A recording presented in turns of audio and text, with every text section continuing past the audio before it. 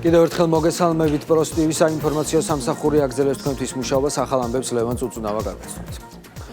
საქართველოს მთავრობა კოორდინირებული მმართველობით ევროპაში მე-13 მსოფლიოში კი 24 პოზიციაზე ანგარის ჩენდლერის ინსტიტუტი აქვეყნებს რეიტინგი ეფუძნება პეცელმანის ფონდის გლობალურ გამოკვლევას თემებზე, რამდენად შეუძლია მთავრობას კონფლიქტური მიზნების კოორდინაცია თანმიმდევრულ პოლიტიკაში და რამდენად ეფექტურად ავსებენ არაფორმალური კოორდინაციის მექანიზმები სამინისტროებს შორის კოორდინაციის ფორმალურ მექანიზმებს. გლობალურ გამოკვლევაში საქართველოს უსწრებს დიდი შვიდეულის ორ ქვეყანას ეკონომიკური თანამშრომლობისა და განვითარების ორგანიზაციის, ევროკავშირის, შენგენის ზონის და ნატოს წევრ 15 სახელმწიფოს. ამასთან საქართველოს რეიტინგით უთანაბრდება დიდი შვიდეულის ორ და ევროკავშირის წევრ 9 სახელმწიფოს გერმანიას, იტალიას, შვედეთს, ავსტრიას, პორტუგალიას, პოლონეთს, ჩეხეთს, ხორვატიას, ლატვიას.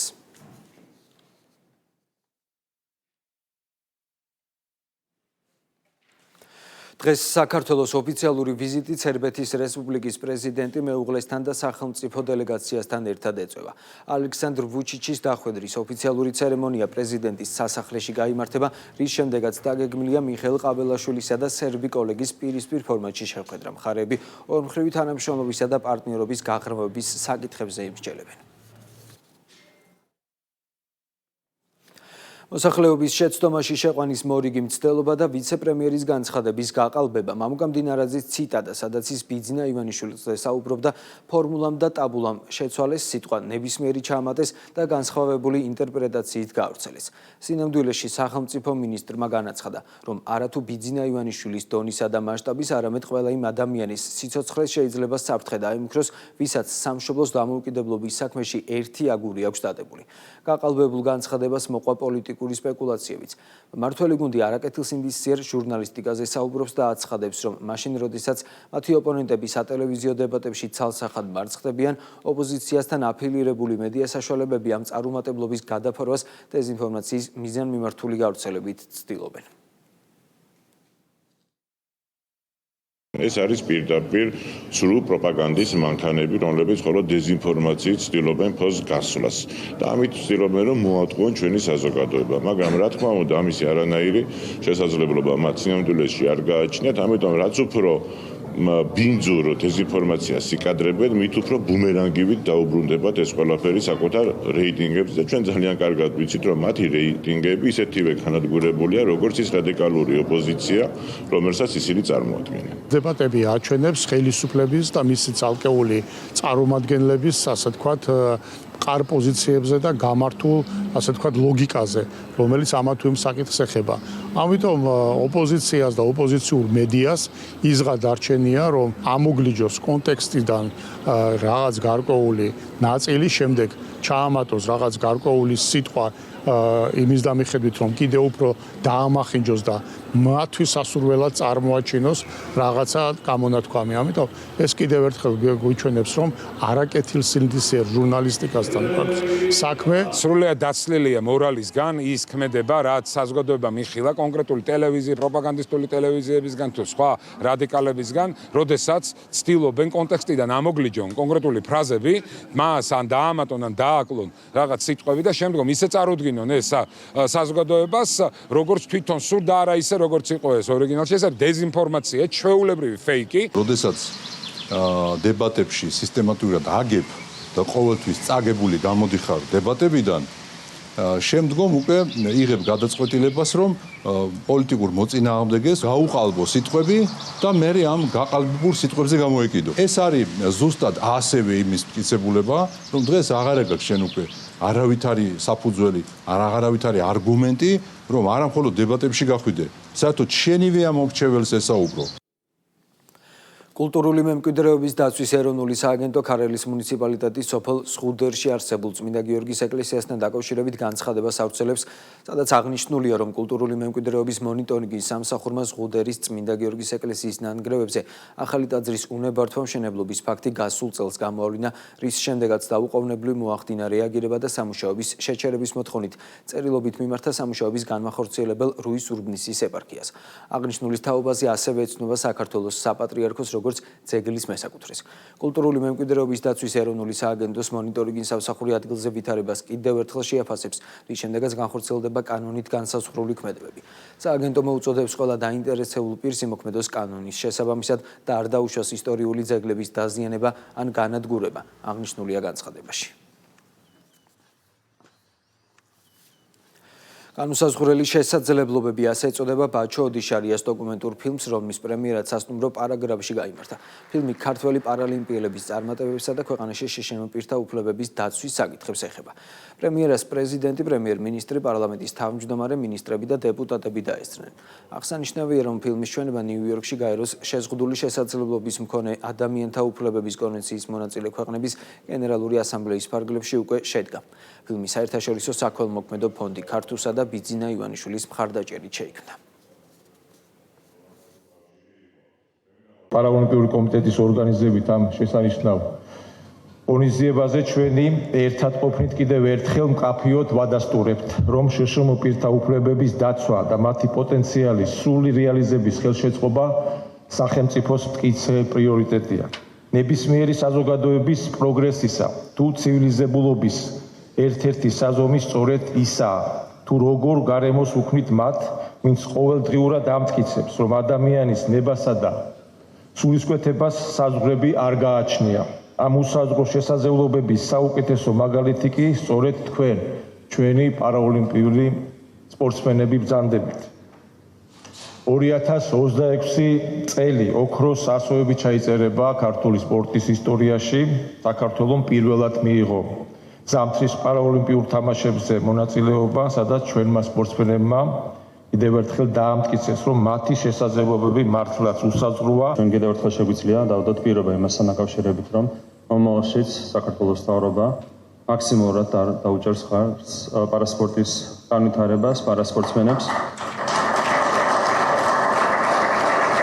ჩვენ არ უნდა დაკმაყოფილდეთ იმ შედეგებით, რომლებსაც აქამდე მივახციეთ და რა თქმა უნდა გვჭირდება მეტი და მეტი წარმატება ჩვენი ქვეყნისთვის ქართულ პარასპორტში. მინდა მადლობა გადავუხადო, რა თქმა უნდა, ფილმის ავტორებს, ბაჩო ოდიშარიას, არაჩვეულებრივი ფილმისთვის, გიორგი გრძელიშვილს, ფილმის პროდიუსერს და მთლიანად გუნდს, რომელიც მუშაობდა ამ ფილმზე.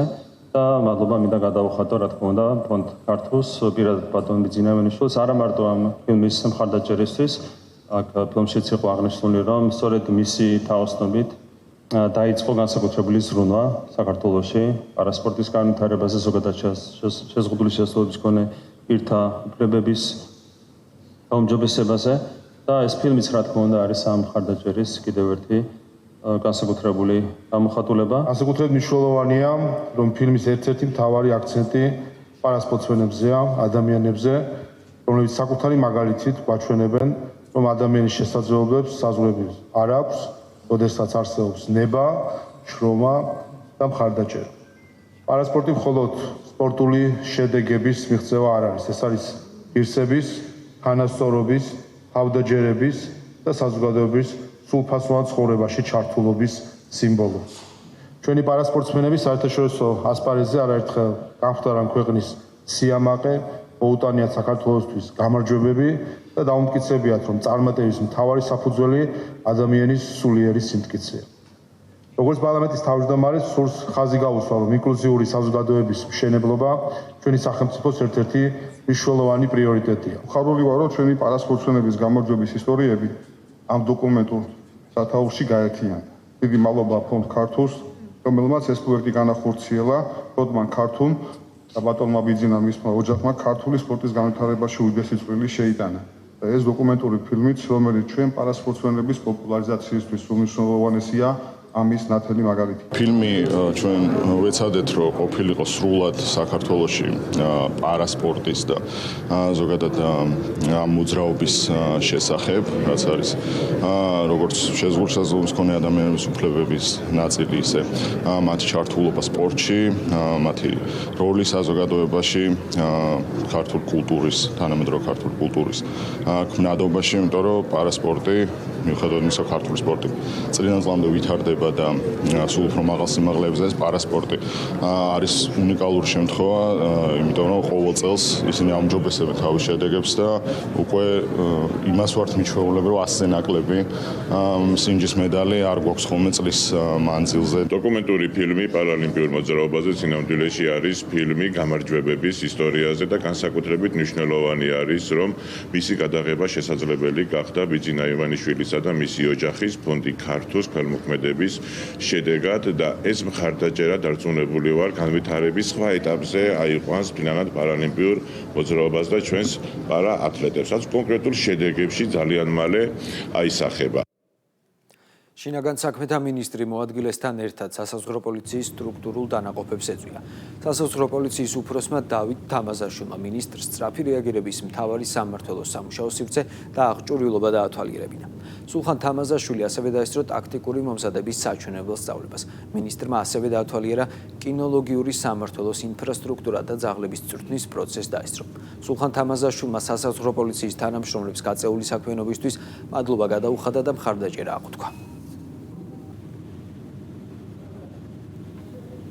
2026 წლის გამოცდებისგან რიგი ცნობილია. ერთიანი ეროვნული გამოცდები 2 ივლისს ქართულ ენასა და ლიტერატურაში დაიწყება და 22 ივლისს ფიზიკის გამოცდით დასრულდება. მასწავლებლის გამოცდებზე დარეგისტრირებულები საგამოცდო პროცესში 5 ივლისიდან ჩაერთვებიან. 17 ივლისს ჩატარდება სტუდენტთა საგრანტო კონკურსი, ხოლო მაგისტრანტობის კანდიდატები საერთო სამაგისტრო გამოცდას 23 და 24 ივლისს ჩააბარებენ. გამოცდის თარიღი, გამოცდაზე გამოცხადების დრო და საგამოცდო ცენტრის მისამართი მითითებული იქნება საგამოცდო ბარათზე. ინფორმაცია იმის შესახებ, თუ როდიდან შეძლებენ გამოსაცდელები საკუთარი სარეგისტრაციო გვერდიდან ბარათების ამობეჭდვას, შეფასებისა და გამოცდების ეროვნული ცენტრის ოფიციალურ ვებგვერდზე გამოქვეყნდება. დღეს მდგომარეობით 53,000-ზე მეტი აბიტურიენტი არის დარეგისტრირებული ერთიან ეროვნულ გამოცდებზე. ტრადიციულად ჩატარდება საგამოცდო პროცესი 24 ადგილას, რომელიც განაწილებული არის 12 ქალაქში. მნიშვნელოვანია, რომ ყველა რეგიონი არის მოცული. თბილისში გაიხსნება 9 საგამოცდო პუნქტი, ბათუმსა და ქუთაისში 3, ხოლო დანარჩენ რეგიონებში თითო საგამოცდო პუნქტი. პირველ კლასელთა საყოველთაო რეგისტრაცია დაიწყო, პროცედურა 3 ივლისის ჩათვლით გაგრძელდება. რეგისტრაციის გავლა მშობლის ან ბავშვის კანონიერი წარმომადგენლის მიერ განათლების მართვის საინფორმაციო სისტემის ოფიციალურ ვებგვერდზეა შესაძლებელი. მოსწავლის ჩასარიცხად აუცილებელი დოკუმენტების წარდგენის ვადა 6 ივლისიდან 17 ივლისის ჩათვლით პერიოდია. დადგენილ ვადებში დოკუმენტაციის არ წარდგენის შემთხვევაში რეგისტრაცია ავტომატურად გაუქმდება.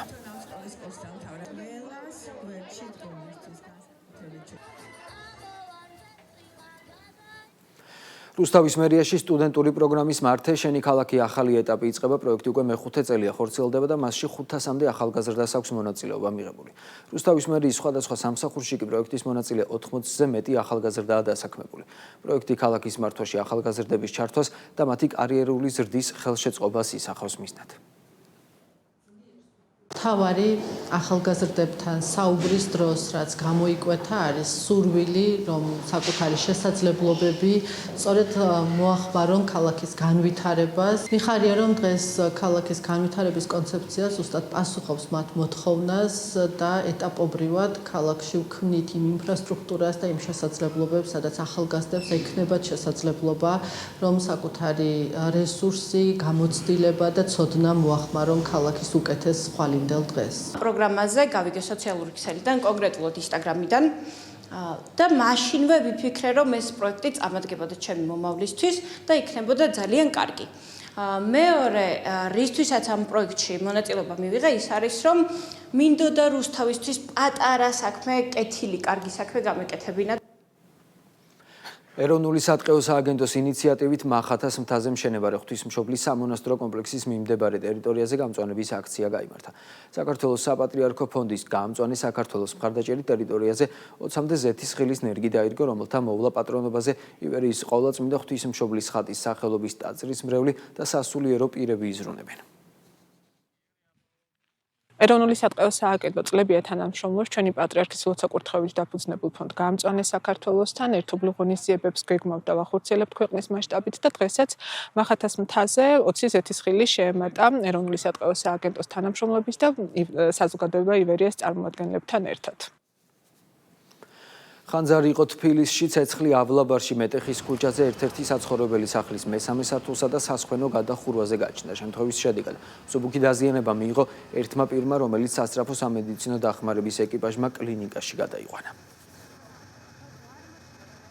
15 ერთეული ავტოცისტერნა იყო მობილიზებული ხანძრის ადგილზე. მეხანძრმაშველების სწრაფი რეაგირების შედეგად დროულად მოხდა ხანძრის ლოკალიზება და ასევე ლიკვიდაცია. დაშავებული არის ერთი მოქალაქე, რომელმაც მიიღო ქვედაკიდურზე დაზიანება და შესაბამის სამსახურის მიერ გადაყვანილი არის კლინიკაში. ხანძრის გამომწვევ მიზეზს რაც შეეხება, ხანძრის გამომწვევ მიზეზზე უნდა იმუშაოს შესაბამისმა სამსახურმა, რომელიც დაადგენს გამომწვევ მიზეზებს. გორში სკოლების გამოფენა გაიმართა ღონისძიების ფარგლებში. გორის მუნიციპალიტეტის საჯარო სკოლებმა საზოგადოებას საკუთარი მიღწევები, სასწავლო და შემოქმედებითი აქტივობები გააცნეს. ღონისძიებაზე თითოეული სკოლიდან ერთ გამორჩეულ მასწავლებელსა და მოსწავლეს მადლობის სიგელები გადაეცათ. გორის მუნიციპალიტეტში გაიმართა სკოლების შემაჯამებელი ღონისძიება. ამ ღონისძიებაში მონაწილეობა მიიღეს ქალაქში არსებული სკოლების პედაგოგებმა და მათმა მოსწავლეებმა. გამოუფინეს მათი ნამუშევრები. მინდა მივულოცო სკოლის დასრულება და აღნიშნული ღონისძიების წარმატებით ჩატარება. მჯერა რომ მომავალ წელს კიდევ უფრო მასშტაბური იქნება ეს ღონისძიება. რა თქმა უნდა, ესეთი ღონისძიებები ჩვენთვის მნიშვნელოვანია. მნიშვნელოვანია, რა თქმა უნდა, როგორც პედაგოგებისთვის, ასევე მოსწავლეებისთვის. ჩვენ ყოველთვის საერთო ხელი შეუწყოთ ჩვენი ახალგაზრდების განვითარებას, ესეთი ღონისძიებების ჩატარებას და დარწმუნებული ვარ, რომ დღევანდელი დღე იქნება საფუძველი კიდე სხვა სკოლების, რომ მიბაძონ და ესეთი ღონისძიებები გაიმართოს ჩვენს რეგიონში. ვფიქრობ, რომ ძალიან საინტერესო და ნაყოფიერი დღე გამოვიდა. მიხარია, რომ მოგვეცა საშუალება ჩვენი გორის საზოგადოებისთვის წარმოგვედგინა ჩვენი მოსწავლეების ნამუშევრები, ნახატები, სხვადასხვა პროექტის ფარგლებში დამზადებული მასალები. ასეთი იყო ახალი ამბები. პოზიტივის საინფორმაციო სამსახური თქვენთვის მუშაობას ზუსტად 13 საათზე გააგრძელებს.